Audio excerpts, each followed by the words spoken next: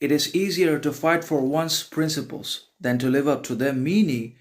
we have always been willing to go to almost wars, not only for our character authenticity, but also most importantly for our values, virtues, rules, regulations, principles, which seem to be quite arbitrary, one sided, partial in our lives, and that are obviously individual and not collective, nor societal, nor international of any kind. But we make our own principles, rules, ideologies, then we break them apart. We fail them because we rarely are able to live up to any kind of principles, rules, regulations, virtues. We either develop, invent, and impose upon our lives as well as upon ourselves. So if we are not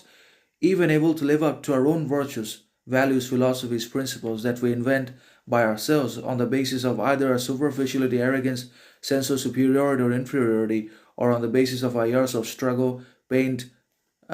torment, betrayal, rejection, and bad things, then the others won't live up to our principles either. Then the others won't respect us either because we are not self respected and self esteemed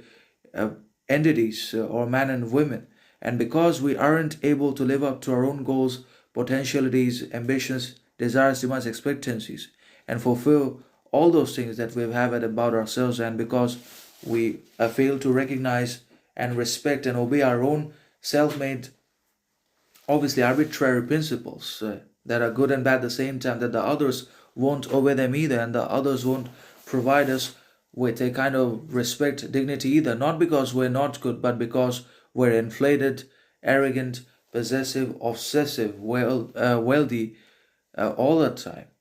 And that's the differentiation that works for most people in the world. So it's not always about developing and cultivating one-sided